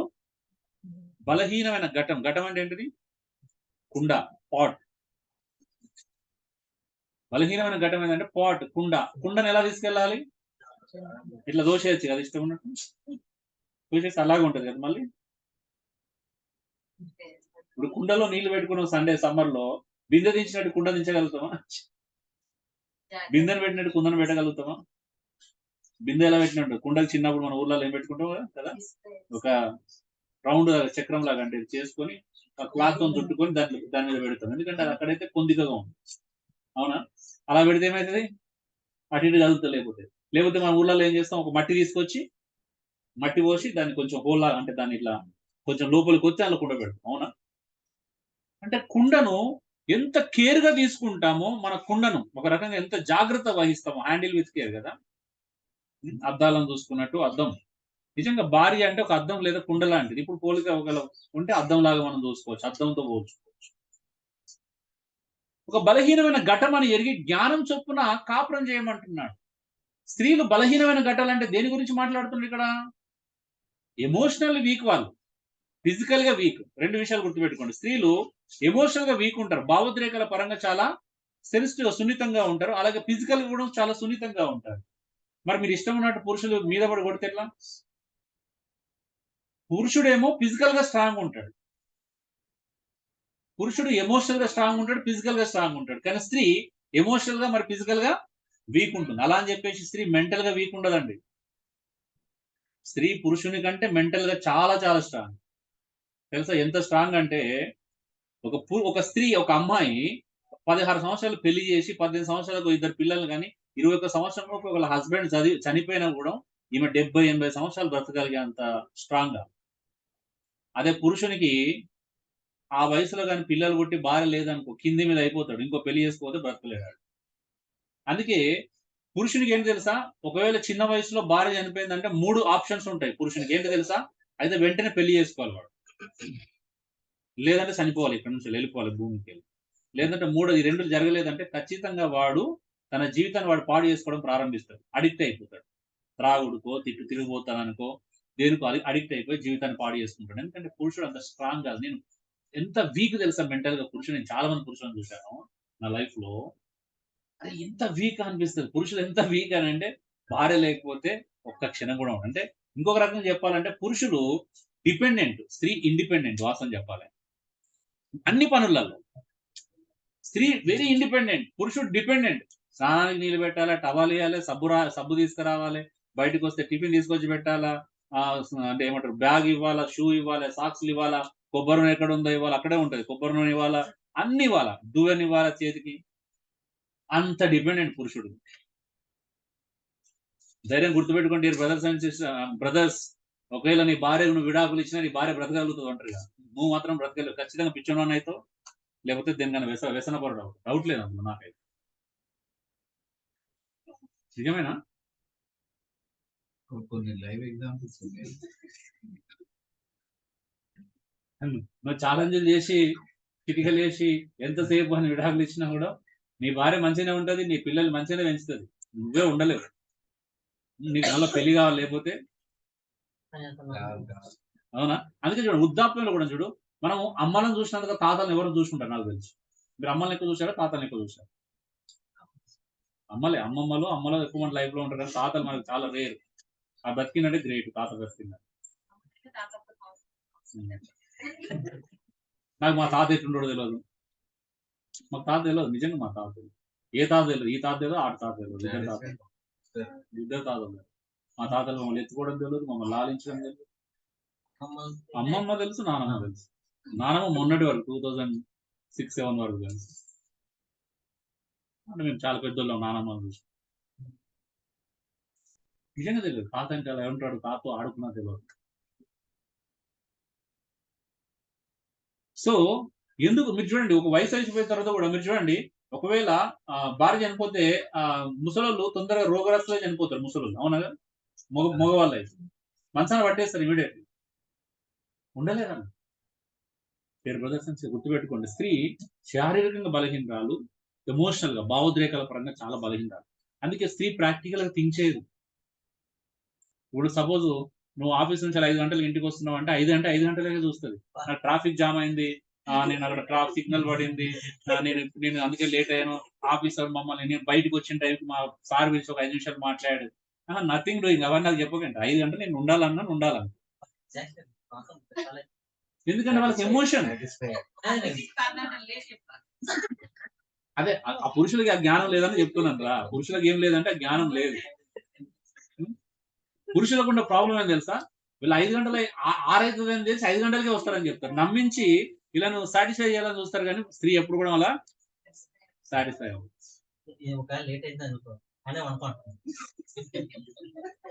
గుడ్, అక్కడే పడుకోరు. రేపు లోన్ పెట్టుకొని ఒక పరుపు తీసుకొని ఒక ప్లేస్ చూసుకుంటే లేట్ అయినప్పుడు ఒక లోన్ తీసుకొని ఒక పరుపు కొనుక్కొని అక్కడ ఆఫీసులు వేసుకో. లైవ్ లో ఎట్లా అంటే అట్లా లేట్ తీసుకోలేదు. చాలా వేరే వేరే పెద్ద చూడండి. తీసుకుంటాం కానీ లేట్ డియర్ బ్రదర్స్, గుర్తుపెట్టుకోండి ఇది. మీ భార్య ఎమోషనల్గా ఉంటారు వాళ్ళు.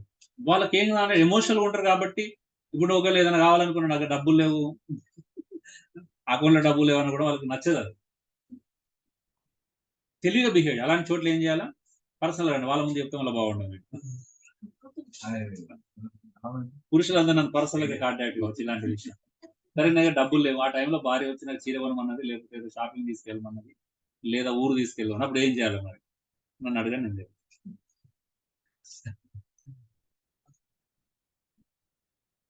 సో ఎలా ఎలా చూసుకోవాలి అంత మాత్రమే కాదు, ఇక్కడ అన్నిటికంటే ప్రాముఖ్యమైన విషయం ఏం తెలుసు, చాలా మంది పురుషులు నా భార్య ప్రార్థన చేసుకున్న సహకరించడానికి. నీకెందుకు సహకరిస్తుంది నీ భార్య? బైబిల్ ఏమని చెప్తుంది? నీ భార్య నీకు సహకరిస్తుంది చెప్పట్లేదు. నువ్వే నీ ప్రార్థనలకు అభ్యంతరం కలగకున్నట్లు నువ్వే జ్ఞానం చొప్పున కాపురం చేయమంటున్నావు. నువ్వు మళ్ళీ నా భార్య సహకరిస్తలేదని కంప్లైంట్ చేస్తావు. ఇదేందుకు?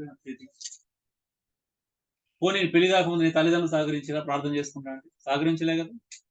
ఇప్పుడు భార్య సహకరించడానికి ఎందుకు భార్య మీద నిందాం? అప్పుడు నీ భార్యను ప్రేమించాలని నీకు భూమి భర్తగా, నీ భార్య నేను ఖచ్చితంగా ప్రేమించాలని నేను లేదు అని చెప్పాడు. అవును, మరి నా భార్య నన్ను ప్రేమించాలని రూల్ లేదు, నాకు విధేయ చూపించాలంటే అదే ఆమెకు దేవుడు చెప్పాడు, విధేయ చూపించు. ప్రేమించడం కూడా ఆమెకు దేవుడే ఆజ్ఞాపించాడు, ప్రేమించుకొని. యవన స్త్రీలు తమ భర్తలను శిశువులను ప్రేమించేవారై ఉండాలి.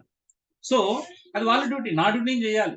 ఇప్పుడు మిమ్మల్ని కాయడం నా డ్యూటీ, అంతేగాని మీరు నన్ను పోషిస్తేనే మిమ్మల్ని కాస్తున్న కండిషన్ మీద మిమ్మల్ని కాయట్లేదు, మీ అందరూ తెలుసు కదా. అది నా డ్యూటీ. పోషించడం మీ డ్యూటీ.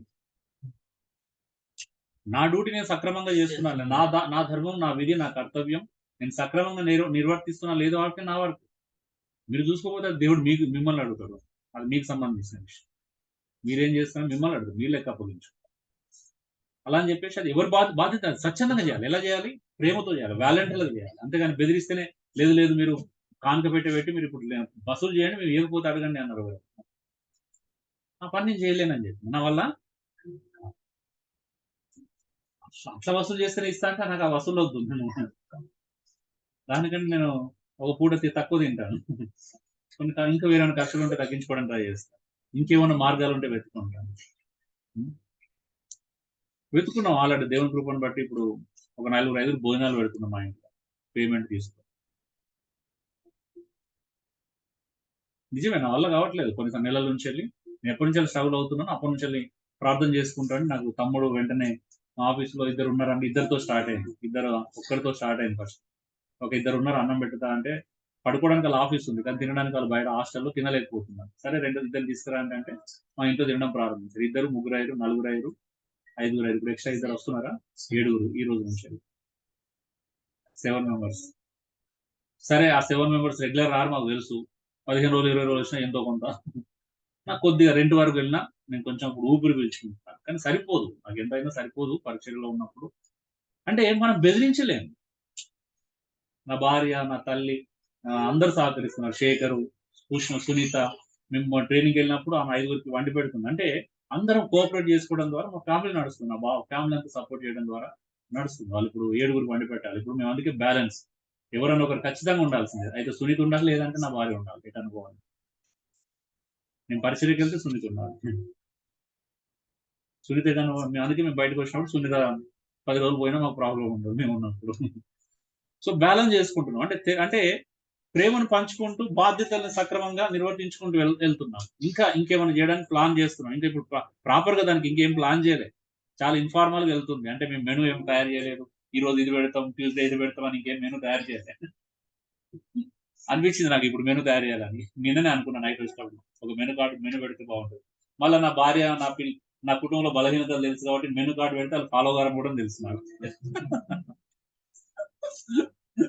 ఏమంటారు ఇప్పుడు మెనూ కార్డు పెట్టినా అనుకో, ఈ రోజు మన కూరగాయల దగ్గర ఇవే దొరికినాయి అంటారు, లేకపోతే అవే దొరికినాయి అంటారు. ఎందుకు మళ్ళీ అనిపించింది, మళ్ళీ మెనూ కార్డు పెడితే కూడా మళ్ళీ అనవసరంగా వాళ్ళతో నాకు సమాధానం దెబ్బతింటది. ఆల్రెడీ ఏది పెడతాది అంటే పెడుతున్నాయి మంచిగా పెడతాం, ఉన్నప్పుడు అయితే ఏది దొరుకుతుంది మంచిది పెడతాం కదా, సరే అవకాశం ఉన్నప్పుడు మంచిది పెడదాం అని నేను సాటిస్ఫై అవుతున్నాను. అందుకే ఒకసారి వాళ్ళకి మన దగ్గర ఇప్పుడు మంచిగా మనం సంఘం సహవాసం చేసిన బిర్యానీ అంటే మీరు బిర్యానీ పెడతాం అవునా కదా, మెనూలో లేని కూడా పెడతాం అప్పుడు మెనూకి మించినవి కూడా పెట్టే అవకాశం దొరుకుతుంది అప్పుడప్పుడు మనకి. సో ఐఎమ్ వెరీ హ్యాపీ, ఎందుకంటే నిజమే అంటే కొంచెం బాధ్యత పెరుగుతుంటది, ఇంకొంచెం అదవుతా ఉంటది. సో పురుషులు జ్ఞానం చొప్పున కాపురం చేయాలంటే ఎలాగా, ప్రార్థనలకి ఆటంకము కలగకుండా. ఇప్పుడు సండే ఫెలోషిప్ ఉంది, లేకపోతే ఇంకా మనకి వేరే ఫెలోషిప్, అప్పుడు ఏం చేయాలి, ముందుగానే తెలివిగా అవన్నీ ప్లాన్ చేసుకొని ఏం చేయాలా, తెలివిగా జాగ్రత్తగా డీల్ చేసుకుంటూ వెళ్ళాలి. వాళ్ళు జనరల్ ఎమోషనల్ గా ఉంటారు, ఎమోషన్స్ ఏం చేయాలి అర్థం చేసుకుంటూనే మిగతా వాటికి దూరం కాకుండా చూసుకోవాలి, ఎమోషన్స్ బ్యాలెన్స్ చేసుకోవాలి. ఉం? అలా అని చెప్పేసి స్త్రీని మీరు మెంటల్ గా వీక్ అనుకోకండి, మీకంటే చాలా స్ట్రాంగ్ వాళ్ళు, ఏమైనా చేయగలుగుతారు. ఆ? వాళ్ళు నిలబడగలుగుతారు, ఎన్నో ఎదుర్కోగలుగుతారు, వాళ్ళు చాలా strong. So dear brothers and sisters, మనం 7 విషయాలు ఇక్కడ పాయింట్ చూసాం కదా. సో పురుషులారా స్త్రీల అన్ని బ్యాలెన్స్ చేసుకోండి, చాలా జాగ్రత్తగా జీవించండి, దేవుడు అదే కోరుకుంటాడు మన నుంచి. నేను జస్ట్ మనం ఒక ప్యాసివ్ లో మాత్రమే చూసాం, మీరు ఇంకా ప్యాసివ్ కావాలంటే 1 తిమోతి 1వ అధ్యాయం, 2వ అధ్యాయం 9, 10, 11, 12 వచనాలు చూడొచ్చు, ఎఫెసీయులకు రాసిన పత్రిక 5వ అధ్యాయం నుంచి చూడొచ్చు, కొలస్సీలో 3వ అధ్యాయంలో మీరు 21 నుంచి, పురుషులారా మీ భార్యలకు కోపం రేపొద్దని, అంటే వారు నిష్ఠూర పెట్టొద్దు అంటే, పురుషులారా మీ భార్యలను నిష్ఠూర పెట్టొద్దు. నేను నేర్చుకుంటున్నాను నిష్ఠూర పెట్టడం అంటే ఏంటిది, నిజం కదా. సో నిష్ఠూర పెట్టడం అనేది చాలా భయంకరమైన విషయం, పురుషులకి కొంతమందికి అలవాటు ఉంటది, అది ఇంకా ఎమోషనల్ అంటే సెన్సిటివ్ ఫెలోస్ అయితే ఇంకా ఎక్కువ నిష్ఠూర పెడతారు, ఎక్స్ట్రావర్ట్స్ కంటే పురుషులు ఇంట్రోవర్ట్స్ అయ్యారు అనుకో, ఈ నిష్ఠూర పెట్టే లక్షణం తెలియకుండా పెరుగుకోగలం, అంటే ఏదో రకంగా వాళ్ళ మనసును గాయపరుస్తూనే ఉంటారు. వాళ్ళు మానసికంగా స్ట్రాంగ్ కాబట్టి నువ్వు ఎంత మానసికంగా గాయపరిచినా నిలబడగలుగుతున్నావు. అదే మాట వాళ్ళు రివర్స్ లో నువ్వు ఒక మాట అంటే, ఇదే ఇంట్రోవర్ట్ ఎక్కడ పోతాడు, సుశేషం దగ్గర రావాల్సి వస్తుంది, ట్యాంక్ బండ్ దగ్గర రావాలి. నిజంగా వాళ్ళు మానసికంగా స్ట్రాంగ్ కాబట్టి పురుషుడు వాళ్ళని నిష్ఠూర పెట్టినా ఓడ్చుకోగలుగుతారు, నువ్వు ఎన్ని మాటలన్నా తట్టుకోగలవు. అదే మాట నేను అంటూ ఊరుకుంటాను, నన్ను అంటావా అంటే అట్లా ఉంటుంది. నిజమే, చాలా వరస్ట్ పీపుల్ కొన్నిసార్లు, అంటే కొన్ని ఏరియాలో చూసినట్లయితే పురుషులు చాలా వరస్ట్ గా అనిపిస్తారు. సో ఫస్ట్ పురుషుడు మారాలా, స్త్రీ వాళ్ళ స్థానంలో వాళ్ళు ఉండి మారాలి. దయచేసి డియర్ బ్రదర్స్ అంటే మీ వాక్యాన్ని చదువుకొని ఎవరి వాక్యాలు వారు లోబడండి, ఎవరు చెప్పిన వాళ్ళు తూచ తప్పకుండా పాటించండి. ఎస్, స్త్రీకి ఉన్న ప్రాబ్లం ఏంటంటే వాళ్ళకి అంటే అక్షయ అలంకారం చాలా అవసరం, అది నేర్చుకోవాలి. ఖచ్చితంగా అక్షయ అలంకారాన్ని అలవాటు చేసుకోవాలి, మృదు స్వభావం, సాధు స్వభావం, సున్నితంగా మాట్లాడడం నేర్చుకోవాలి, అతిథి మర్యాద నేర్చుకోవాలి, ఇంటికి వచ్చిన వాళ్ళని మంచి మర్యాద చేయడం నేర్చుకోవాలి. గుడ్ థింగ్, అది చాలా అద్భుతమైన విషయం. సనుక్కోకుండా గొనుక్కోకుండా ఉండడం నేర్చుకోవాలి, అసూయ పడకుండా ఉండడం నేర్చుకోవాలి. ఎందుకంటే స్త్రీలో ఈ లక్షణాలు ఎక్కువగా ఉంటాయి కాబట్టి వాటి ఓవర్కమ్ చేయాలి. అన్నిటిగా టోరల్ గా అందరూ సెల్ఫ్ కంట్రోల్ మాత్రం ఖచ్చితంగా ఉండాలి. పురుషులు అందుకే జ్ఞానం చొప్పున వాళ్ళు మన జీవంలో పాలువారు, కృపావరంలో వాళ్ళు పాలువారు, ప్రార్థనకు ఆటంకం కలగకుండా చూసుకోండి, మీ వ్యక్తిగత ప్రార్థనలకు అన్ని సమకూర్చండి. అందుకే చూడండి, ఇప్పుడు నాకు ఇంట్లో నేను 15 రోజులు లేకపోయినా నాకు ఫోన్ చేసి ఇంట్లో ఇది లేదు అని అడిగే పరిస్థితి నేను ఎప్పుడు ఇవ్వను. అది ఇస్తే నాకు ప్రాబ్లమే కదా. నేను వాక్యం చెప్పేటప్పుడు ఇంట్లో బియ్యం అయిపోయినాయి, అది లేదు, గ్యాస్ అయిపోయిందంటే, అదే యవ్వనస్తులు నా దగ్గర క్లాస్కి వచ్చినప్పుడు నేను చూస్తాను, మధ్యలో లేచిపోతారు, ఏమైంది అంటే, అన్న నా భార్య ఫోన్ చేసింది, ఇంట్లో గ్యాస్ అయిపోయిందంటే మళ్ళీ వేరే టైం ఫోన్ చేసి నా ఫ్రెండ్కి ఫోన్ చేసి గ్యాస్ అయిపోయింది. ఇదే నేను చాలా మంది చెప్తుంటాను, 2 సిలిండర్లు తీసుకోమని. టైంకి ఏమవుతుంది, పరిగెత్తాలి. నా మాట విన్నారు చాలా మంది, నేను చెప్తూనే ఉంటాను. మనం ఎన్నో ఖర్చు పెడతాం, టైం ఫోన్ చేసి వాళ్ళని వీళ్ళని ఇబ్బంది పెట్టడం. నేను అందుకే ఎక్స్ట్రా ఎప్పుడు సిలిండర్ రెడీ చేసిపోతాను, నేను ఎటు పోయినా ఒక సిలిండర్ రెడీగా ఉంటుంది. 15 రోజులు 10 రోజులు ముందే రెడీగా ఉంటుంది, నాకు 1 మంతే వస్తుంది, 25 రోజులే వస్తాయి కొన్నిసార్లు. 25 రోజులు అయిపోయినా రెడీగా ఉంటుంది. ఆ టైంలో ఎవరైనా అడిగితే నేను చాలా ఇబ్బంది పడతాను. ఇప్పుడు ఇచ్చిన ప్రాబ్లం, ఇవ్వకపోయినా ప్రాబ్లం. మన ఇల్లు పెద్దది కాబట్టి ఖచ్చితంగా ఇవ్వలేము. మనకి అంటే 2 ఉంటే ఇవ్వచ్చు, కానీ 1 ఉంటే సైజ్. అప్పుడప్పుడు మా అమ్మ నాన్న మా ప్రేమతో అప్పుడప్పుడు పిండి వంటలు చేసినప్పుడు ఇంకొంచెం ప్రాబ్లం అవుతుంది.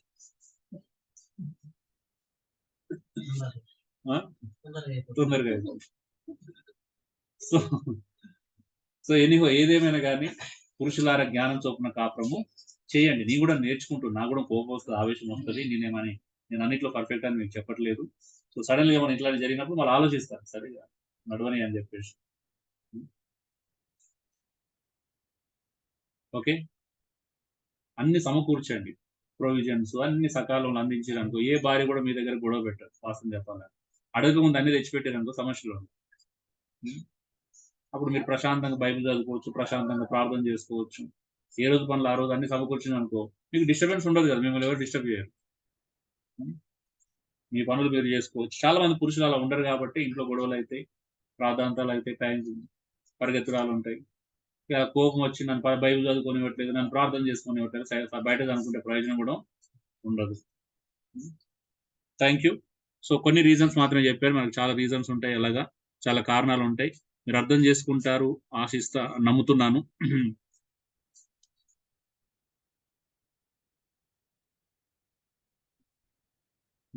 ఎవరు అన్నట్టు ఇండియాలో భార్య భర్తలంట రైల్వే ట్రాక్లు అంటారు, ప్యారలల్ గా నడుస్తారంటే ఎప్పుడు కలవరంట. మరి ఎలా కలిసి ఉంటున్నారని అడిగితే వాళ్ళ మీద పిల్లలు అనే 2 పట్టాలు ఉంటాయి కదా, వాటి వల్ల కలిసి ఉంటున్నారు, భోగిలు. ఇది ఇండియన్ ఫిలాసఫీ. నిజం చెప్పాను, నేను ఒకసారి మా అక్క వాళ్ళతో మాట్లాడే, ప్రతి స్త్రీ ఒకవేళ ఇదే స్త్రీలో మన అమెరికాలో ఉన్నారనుకో చాలా ఫ్రీడమ్ కోరుకుంటున్నారు. మా అక్కతో మాట్లాడి ఏముంది పెళ్లి అయిపోయింది, ఇంకేముంది, ఇప్పుడు మన కోరికలో ఏం చేయలేము, కంట్రోల్ చేసుకోవాల్సి అంటే ఒక అవకాశం అంటే చాలా మంది ఇప్పుడు మనం ఎంత విలేజ్ పీపుల్ అయినా వాళ్ళ లోపల కొన్ని ఉంటాయి కదా డిజైర్స్ ఉంటాయా, చాలా ఉంటాయి. కానీ సొసైటీని బట్టి సిచ్యువేషన్ బట్టి కంట్రోల్ అవుతున్నారు తప్పించి వదిలేస్తే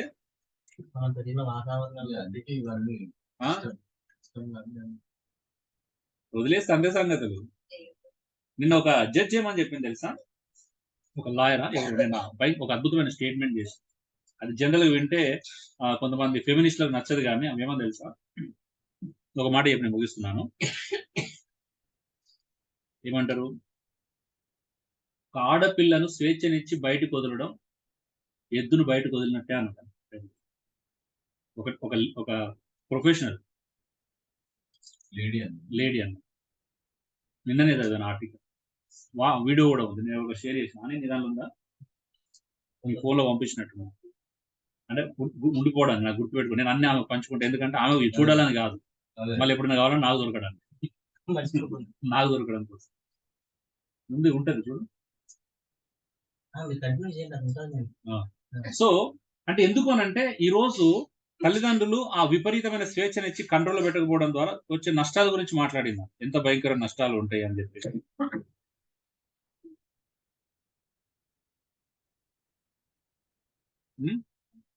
పంపేనా, పంపించలేదు, సరే నేను ఎవరు పెట్టింది సరే. వాట్సాప్ లో మనకు ఒక ఆప్షన్ ఉంటుంది, గ్రూప్ చేయాలి, మన వాళ్ళని ఇంకొక వాళ్ళని యాడ్ చేయాలి, నెక్స్ట్ ఇమీడియట్ గా వాళ్ళని తీసేయాలి. దాంట్లో ఆ గ్రూప్ లో మనమే ఉంటాం, దాంట్లో పెట్టుకోవాలి మనకు కావాలి, అది సింపుల్ పెట్టుకోవచ్చు. అప్పుడు దాంట్లో మనం తప్పి చూడండి, అది ఈజీ గుర్తుంటుంది, నేను అట్లే చేస్తాను. అది ఎక్కడ పోయింది అయితే సరే, అది నేను మేబీ యూట్యూబ్ లో నేను సేవ్ చేసాను.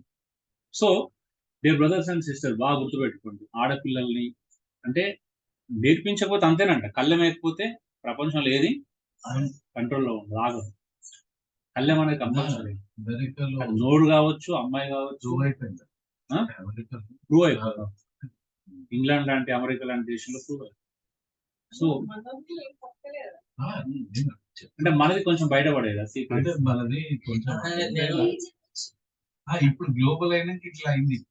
నిజమే, అంటే ఇప్పుడు ఈవెన్ అంటే రీసెర్చర్స్ ఏమి చెప్తున్నాయి అంటే పురుషుల కంటే ఆడపిల్లలు ఎక్కువ, అంటే పురుషులను భయము, బిడియము, సిగ్గున్నలు ఉన్నారు, కానీ ఆడపిల్లలు లేరంటే ఆశ్చర్యం అంటే మనం అతిశయోక్తి కాదు, ఆశ్చర్యపోవాల్సిన అవసరం లేదనే పరిస్థితి మనం చూస్తున్నాం.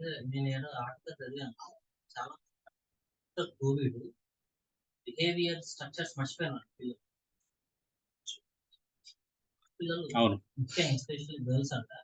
ఎందుకంటే లాక్డౌన్ లో మొబైల్ చాలా మంది మీ జీవితాన్ని ప్రభావితం చేసింది, ఇంటర్నెట్ ప్రభావితం, పిల్లలు సిగ్గుపడ్డా మర్చిపోయినారంట. అంటే